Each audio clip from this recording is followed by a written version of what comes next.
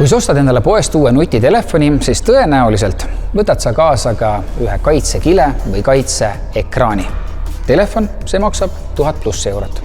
Aga kui tuliuus auto maksab umbes 50 korda rohkem, miks sa siis ei pane talle kaitsekilet peale?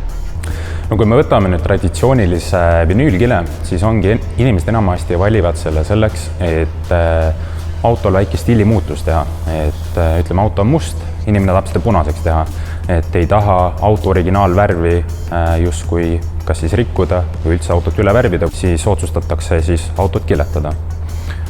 Teine valik on see, et kui inimene soovib jätta enda autovärvi alles või lisada sellele teistmoodi stiili, siis on olemas niisugune asi nagu värvikaitsekile või osad kutsuvad seda kivikaitsekileks, inglise keeles siis PPF. Mis on PPF? Ongi see, et maanteel, kui sõidad, kõik vastu talle kivi, klibu, parklas keegi lööb sulle uksega või keegi sõidab sul jalgrattaga otsa, siis see kahjustus ei jõua sinu värvini, vaid see jääb kile peale.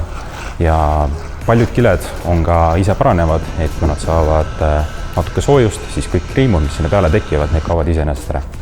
Ja oleme ausad, päeva lõpuks on oluliselt lihtsam ja odavam vahetada välja kapoti peal kile, kui pahteldada, värvida, lakkida ja nii edasi. Ei, otse loomulikult selles suhtes, et kui sa paned autole värvikaitsekile peale, siis sa hoiad sellega oma auto väärtust, et su auto originaalvärv jääb selliseks, nagu ta on, ei ole niisuguseid ebaühtlaseid, kui võib-olla auto on üle värvitud, siis ei teki värvivahesid.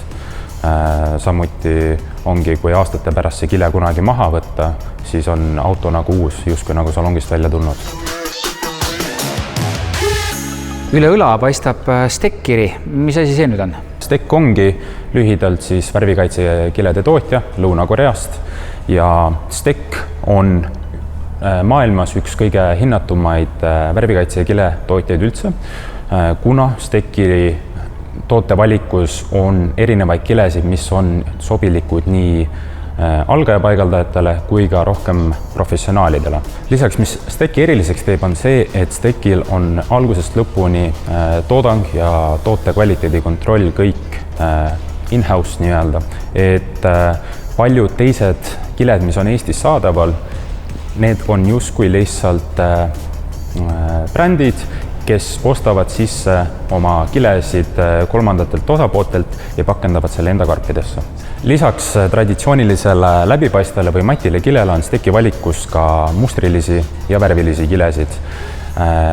Olgu see siis karbonimitatsiooniga, damaskusimitatsiooniga kilesid, mis ongi inimeste jaoks, kes otsivad natukene midagi erilisemat, mida enda autole lisada, siis ongi Stekil valikus näiteks damaskuse kile, mis on näiteks selle auto peal, et teha autokapott natukene silmava paistvamaks. No natukene on ilusasti öeldud muidugi, et on ikkagi väga edev.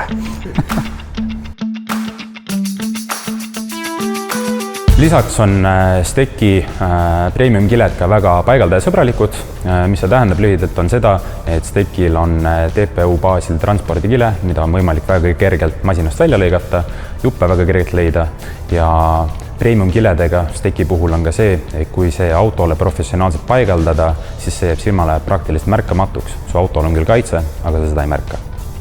Kuidas see kiletamine selles mõttes nagu teie majas käib, et kas mingi vend kõnnib nuga peos ümber tutika auto ja üritab mitte kriimu peale jätta? Inimeste kartus on jah see, et kui nad viivad auto kiletamist, äkki keegi lõikab noaga auto värvi laki sisse. Et PPF-i puhul on üsna populaarne see, et kõik su auto detailid lõigatakse välja. Et Stekil on andmebaasis üle 80 000 erineva lõikemalli. Sina tuled paigaldaja juurde, paigaldaja paneb sinu auto VIN-koodi programmi ja seal on kõik näha sinu auto kapotid, uksed, kõik asjad. Tema valib lihtsalt vajalikud jupid, lõikab need välja ja sobitab auto peale.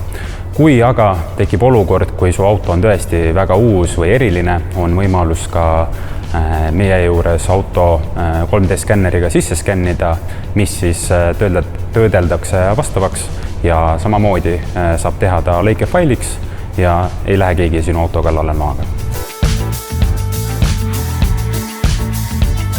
Kui palju sa tänaval sõites märkad, et eestlane on läinud seda kiletamise teed?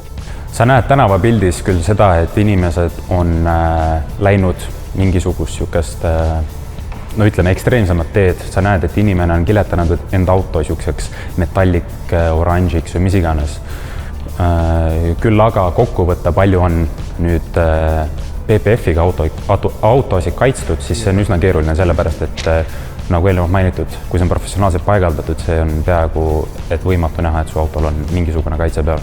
Kui sa soovid kunagi enda autot müüa, ostja ilmselt vaatab autot, millel on värvilusam, mis üldse näeb niisugune siledam ja läikivam välja. Et kui enne auto mahamüümist kile maha võtta, siis seal on nüüd vahe, et auto, mis on sõitnud 5 aastat kivide ja muu rahe all versus auto, mis on sõitnud kilega, et see vahe on drastiline.